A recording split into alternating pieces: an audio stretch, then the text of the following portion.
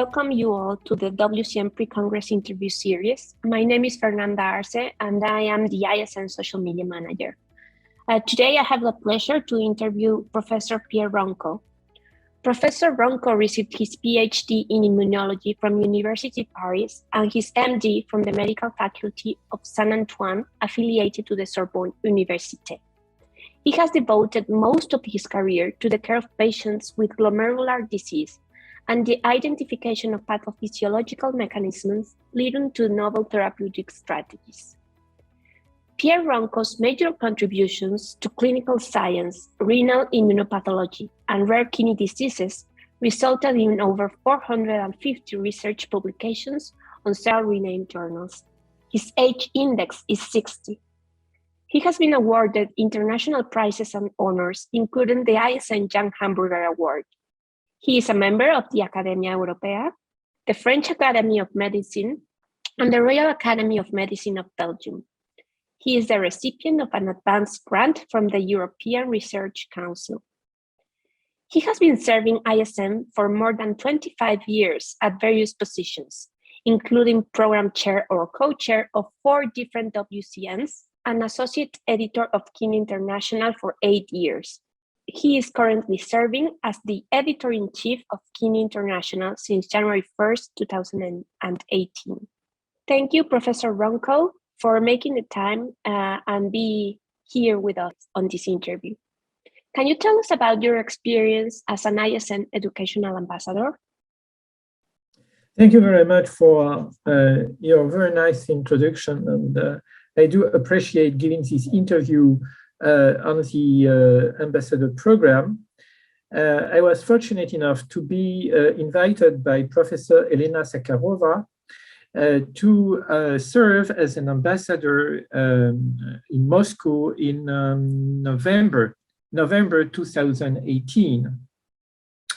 So we discussed the topics ahead with Elena, and we decided that we would present new advances in diagnosis and therapy that could be implemented in Russia.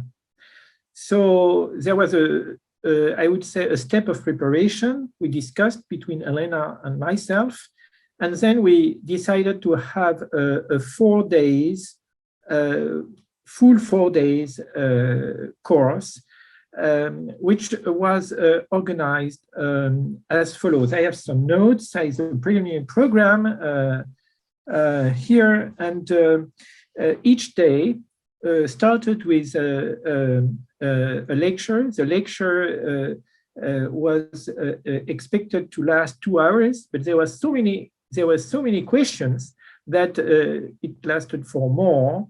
And then we had the lunch break, and very importantly, the afternoon was devoted to workshop, which means that the participants presented cases, and we discussed these cases. And of course, these cases were related to the morning lecture during 4 days.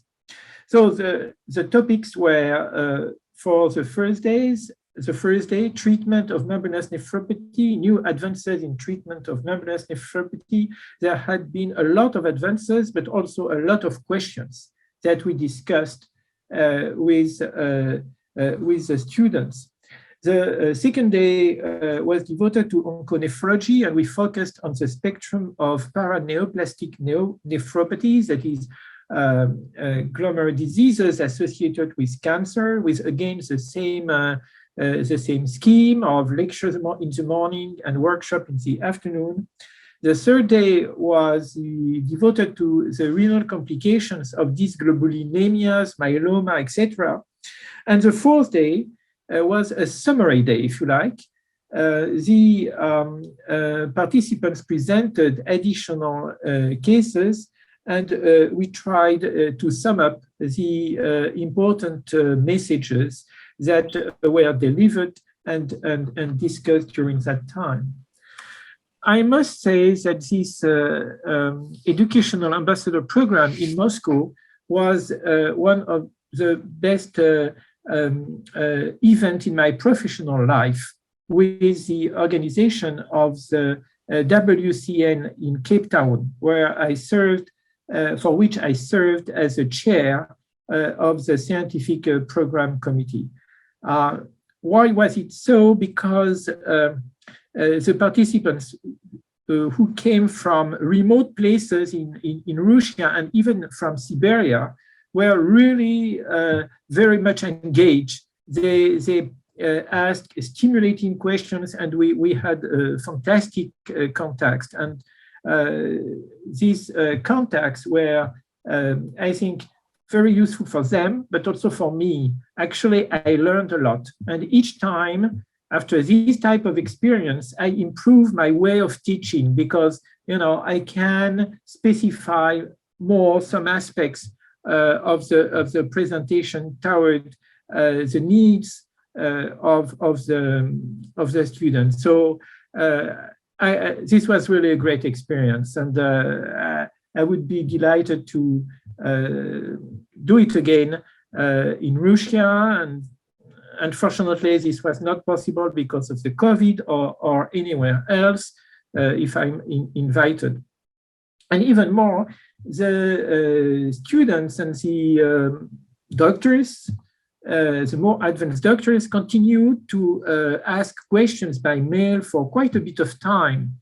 But then the COVID came, and well, despite the electronic communication, I must say the mails were not so frequent.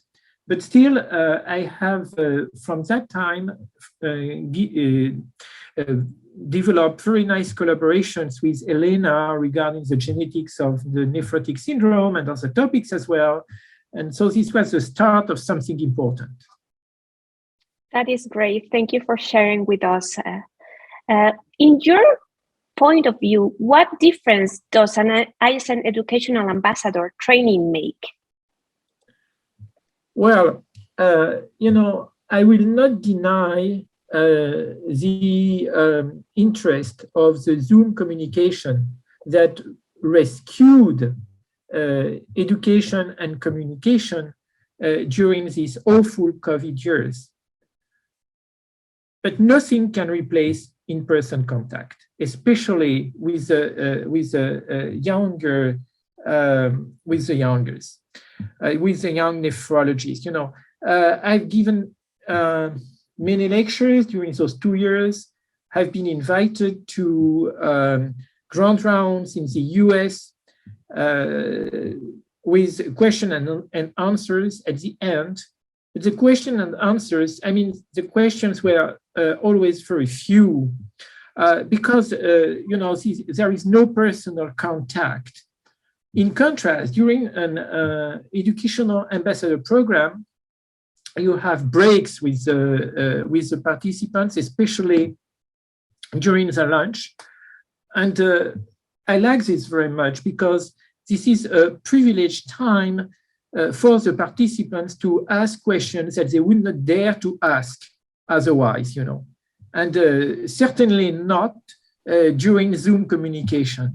So I think for the younger nephrologist, for the early career nephrologist, personal contact is essential, at least during the first meeting. And then, we could have alternate Zoom meetings and in-person meetings. But in-person contacts are really very important, and there is no surrogate to that. Yeah, I completely agree. And giving this, I agree that we cannot replace the in-person experience. But due to the situation and taking advantage of this opportunity to have you here, what would be your message to this new generation of nephrologists during these particular and difficult times? Well, I would recommend these young nephrologists use all the means that are available to them to increase their knowledge, including, of course, the electronic lessons or electronic webinars. The webinars are very, very useful. And I would like to congratulate the ISN team for the quality of the webinar. The webinars are a good way to, I think, improve the knowledge and the experience through exchanges with webinar speakers. So that's one thing. And the other thing is to read books and articles, you know, and especially Kidney International. Kidney International is I think, a great nephrology journal, and it's a very educational journal, you know. Of course, we publish papers that are at the cutting edge of basic science and of clinical science. But at the same time, we are very much aware that these important new knowledge should be made accessible to any nephrologist, including in remote places. And along this, along this track, I'm very proud that we publish the KDIGO guidelines, because the KDIGO guidelines allow implementation of new ways of diagnosis, of treatment everywhere in the world. You know, they are very much ISN. And Kidney remains a journal with the other journals of ISN that is very much oriented toward the needs of the population, which of course is not incompatible with the publication of very high level papers, articles in basic science. And to do this, we have several tricks, if I can say so. For instance, you know, we have the commentaries to the articles, we have the nephrology digest, we have the reviews, we have the mini reviews, we have the editorials. All these types of articles are meant to explain the recent discoveries or recent approaches to a broad population. So we pay special attention that our papers are readable, and when they are difficult, we associate these papers to a commentary to make the things, you know, to make the data more comprehensible for I would say, the plain nephrologist.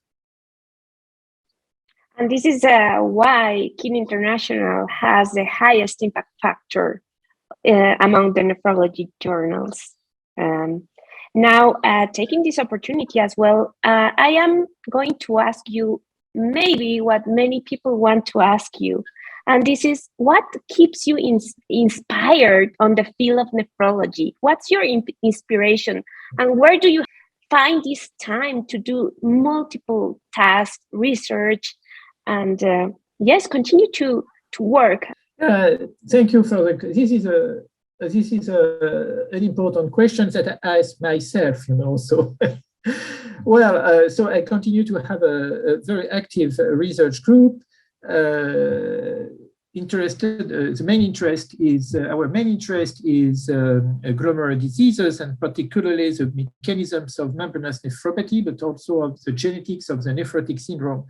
But at the same time, of course, a great part of my time is devoted to Kidney International. And actually, Kidney International is my source of inspiration, because as an editor-in-chief, I receive and I read more or less in detail 2,000 papers submitted per year, almost 2,000 papers submitted per year.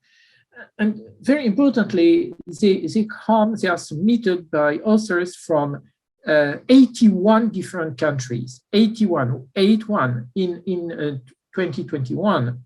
So you know, this is a very, very privileged position, because at the same time, I see I'm in contact with the cutting edge of science, but also I understand, I can understand the needs of the nephrologist population, because, you know, receiving papers from 81 countries in the world, of course, some of the papers, many papers actually, not enough, but many come from less developed, I would say, low GDP or middle GDP countries. So, you know, these source of papers both inspire me in terms of basic science research, etc., but also drives me to the needs to adjust what we do to the needs of the largest population. And I would like to quote again the KDIGO, which are so popular, and which are to some extent the the mediator between the basic research that we receive and the needs of the population. I hope I'm clear in describing these two aspects of my inspiration, if you like. Of course, and we really thank you for sharing this with us and with our audience. Last question for you is, we will be having the special session for the journals during the next WCN. Can you give us a glimpse of this session? What can be expected? Yeah, thank you very much. You know, this will be our third Kidney International session. Actually, this is a Kidney International and Kidney International report session. This is a session of the ISN journal.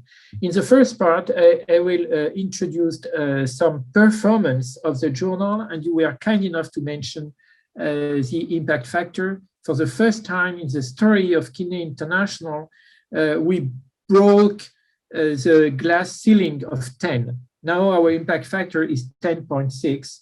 And so Kidney International has a higher impact factor among the journals that publish original research. But I must say that I'm also very happy that the Journal of the American Society of Nephrology has overpassed 10, because it's very important for the nephrologist community to have two great journals with an impact factor above 10. I will also present the new editors. We have three new editors. Christoph Kirilluk from Columbia University, who is an expert in genetics and in genetic epidemiology. So we wanted to develop this aspect in the journal, because genetics has a growing role in even at the bedside. I mean, now it's easy to do an exome, for instance, etc. And also we have invited two consulting editors, Ian Drummond from Harvard and Yu Cha from Singapore, to develop the aspects linked to regenerative medicine, but always with a translational potential. We want to inform our readers of the most recent progress in this field, but also of the limitation, because there are limitations. Growing a kidney is only a dream by now.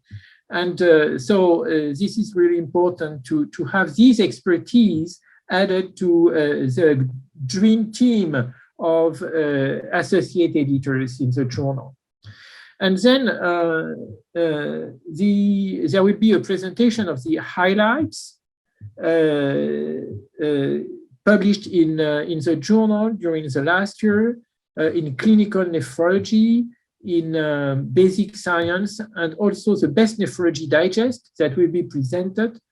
So you will see the editors and the program, and this will be followed by the highlights of Kidney International report. that will be presented by the editor, J. Radhakrishnan, who is also an associate editor in Kidney International. And finally, and most importantly, there will be the award, a kind of award ceremony with the Best Reviewer Awards, the 10 Best Reviewer Awards. And the best of the best is a woman, Marina Norris from Italy, from Bergamo. And this will be presented by my deputy editor, Brad Rovin. Brad Rovin will also present the new fellows and interns that were selected at the end of the ISNKI editorial fellowship call last year. And they will themselves present the Early Career Research Award. That is the awards that will be given to 4 basic scientists or clinical researchers less than 45 years of age who published among the best papers in Kidney International last year. So I would like to conclude that we have a strong policy in favor of the young nephrologist.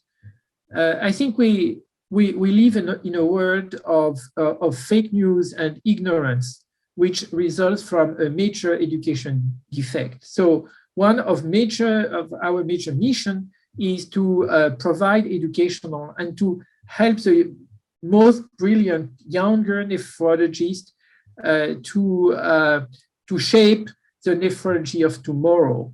So I think the ambassador program in that respect, as well as Kidney International, contribute to fill the gap of knowledge in education with a special target towards the most vulnerable. Thank you. Thank you very much for your time. Thank you very much for your kind words. And we invite all of you to attend WCN. If you haven't registered, you still have the opportunity to join the journal session to learn more about the Educational Ambassadors program from the ISN. And we thank you all for watching this and for making the time. Once again, thank you, Pierre. Thank you very much, Sarah.